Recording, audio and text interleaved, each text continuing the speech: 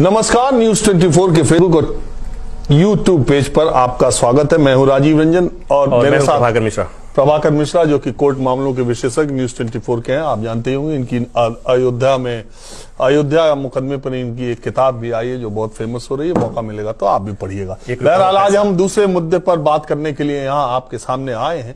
आज तबलीगी जमात की कहीं कोई चर्चा नहीं हो रही है। आपको याद है निजामुद्दीन का वो मरकज, तबलीगी जमात के वो लोग जो वहां इकट्ठा हुए थे मरकज में, और कहा यह गया जब 1000 लाख से कम देश में कोरोना के केस थे तब कहा गया कि तबलीगी जमात के लोगों ने पूरे देश में कोरोना फैलाने का काम किया है। सरकारें, अरविंद केजरीवाल भी, तमाम सरकारें जब आंकड़े दिया करती थी तब तबलीगी जमात के लोगों का नाम अलग से देती थी कि जो पॉजिटिव पाए गए तबलीगी जमात के, ये लोग पॉजिटिव पाए गए। उन पर मुकदमा दर्ज हुआ और दिल्ली की एक अदालत ने कल ही 14 देशों के वो जो विदेशी तबलीगी जमात के लोग थे जो मरकज में आए थे उन लोगों को बाइज्जत बरी किया। उनको कोर्ट ने कहा कि कोरोना फैलाने का कोई आरोप इन पर सिद्ध नहीं होता है और वहां निजामुद्दीन थाने के जो एसएचओ हैं उनको लताड़ लगाई। और लेकिन इस खबर की कहीं कोई चर्चा नहीं है। आपने किसी टीवी चैनल पर डिबेट भी नहीं सुनी होगी और हमने भी जितना देखा उसमें किसी चैनल पर दिखाई नहीं दिया।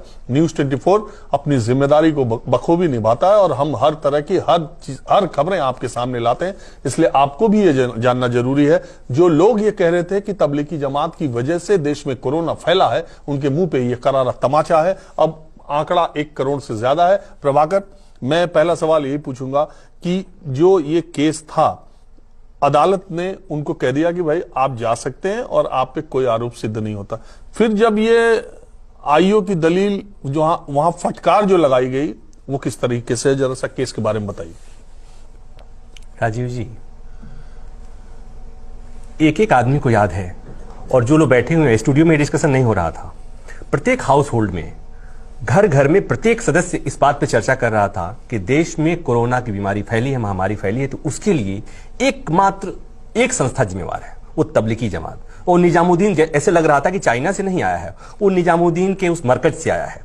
और अफरा तफरी में आरोप तय किए गए, कोर्ट में चार्जशीट फाइल की गई, अदालत, निचली अदालत में मामला गया। वो जाना चाहते थे विदेश, वो विदेश जाना चाहते थे और उन्हें नहीं जाने दिया गया। कोर्ट में बार बार ये कोई आरोप जब साबित नहीं कर पा रहे थे निचली अदालत में, सुप्रीम कोर्ट तक मामला गया था राजीव जी। सुप्रीम कोर्ट में मामला गया, सुप्रीम कोर्ट ने कहा कि भाई इन्हें आप वापस जाने दीजिए। सरकार को कहना पड़ा, पुलिस को ये कहना पड़ा कि हम वापस तो जाने देंगे लेकिन कुछ औपचारिकताएं हैं।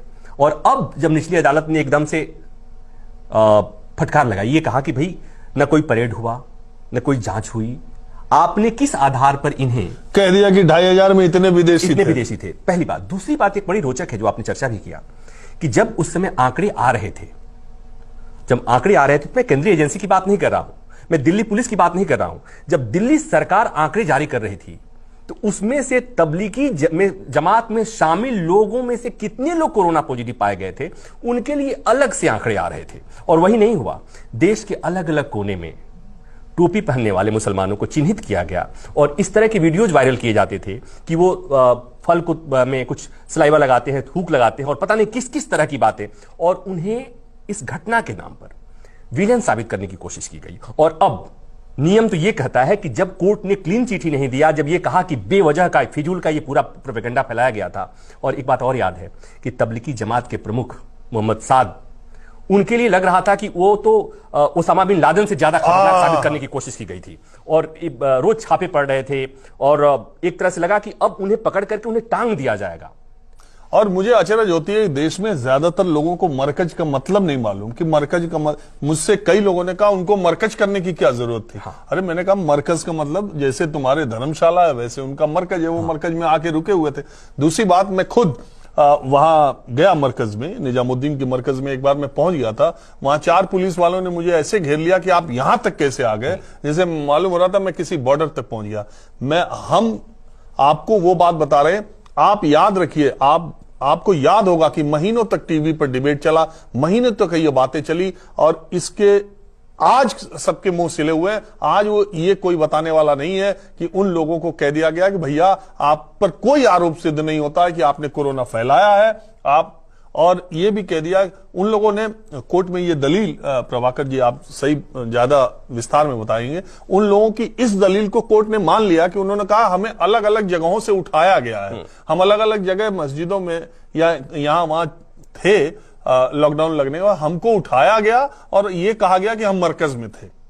एक रोचक बात और बताऊं, इलाहाबाद से जुड़े हुए हैं आप, इलाहाबाद विश्वविद्यालय से, इलाहाबाद विश्वविद्यालय के एक प्रोफेसर शाहिद, उनको इसी आधार पर यूनिवर्सिटी ने सो कॉज नोटिस दे दिया कि उनके यहां कोई मरकज के किसी सदस्य, कुछ सदस्यों को उन्होंने हेल्प किया था, उनको आश्रय दिया था। हाँ, राजनीति शास्त्र के प्रोफेसर। और ये इतनी शर्मनाक, एक तरह से कहें ये शर्मनाक स्थिति है।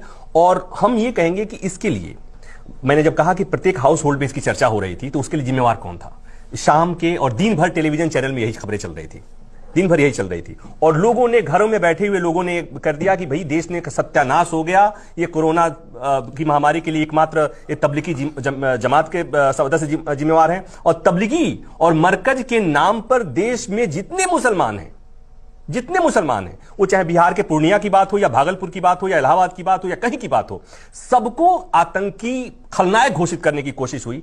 और आज नियम यह कहता है कि जब कोर्ट ने इस तरह की बात कही है तो सब जगह एक चर्चा होती, और कम से कम न्यूज चैनल वालों को तो ये बात खबर दिखानी चाहिए थी कि ये गलती। हमें उम्मीद है, आप जो दर्शक हमको देख रहे होंगे, हमें उम्मीद है, और शायद आप खंगाल भी लीजिएगा सोशल मीडिया प्लेटफॉर्म पर भी या किसी पर भी, न्यूज 24 के अलावा शायद इस मसले पर आपको चर्चा करते कोई पत्रकार और कोई चैनल, कोई प्लेटफॉर्म आपको नहीं मिलेगा। हमारा मकसद इधर उधर की बात करना नहीं है, हम वो रिपोर्ट करते हैं जो सच है। हम अदालत की बात कर रहे हैं, हम अदालत ने जो कहा है, इसीलिए तमाम मुद्दे, तमाम विवाद, तमाम चीजें जब सामने आती है, हम बार बार आपसे ये अपील करते हैं कि जब तक वो कानून तौला न जा सके, जब तक फैसला आ न जाए, जब तक अदालत उस पर फैसला न करे, तब तक आप अपना कोई विचार न बनाया कीजिए। आपको याद होगा कि अयोध्या केस के दौरान हम और प्रभाकर मिश्रा 40 दिनों तक लगातार कार्रवाई को आपके सामने देते रहते थे, दोनों पक्षों की बात जो दलीलें देते थे, उसी को प्रभाकर मिश्रा ने एक किताब में कलमबंद भी किया है। तो आज इस चर्चा में बस इतना ही, लेकिन इतना याद रखिए कि अगर आपने भी तबलीगी जमात और मरकज को लेकर के अपने मन में दुर्भावनाएं पाली थी, तो 2 मिनट आंख बंद करके आज थोड़ा विचार कीजिएगा किसी के बारे में अंतिम फैसला लेने से पहले। जल्दी थोड़ा हम लोगों को, प्रभाकर को एक दूसरी डिबेट में स्टूडियो में जाना है। फिलहाल बस इतना ही। नमस्कार, मैं हूं मानक गुप्ता। अगर आपको हमारा ये वीडियो पसंद आया हो तो इसे लाइक और शेयर जरूर करें, और हाँ, हमें सब्सक्राइब और फॉलो करना ना भूलें, ताकि आप देश और दुनिया की कोई खबर मिस ना करें। तो जुड़े रहिए हमारे साथ और देखते रहिए न्यूज़ 24।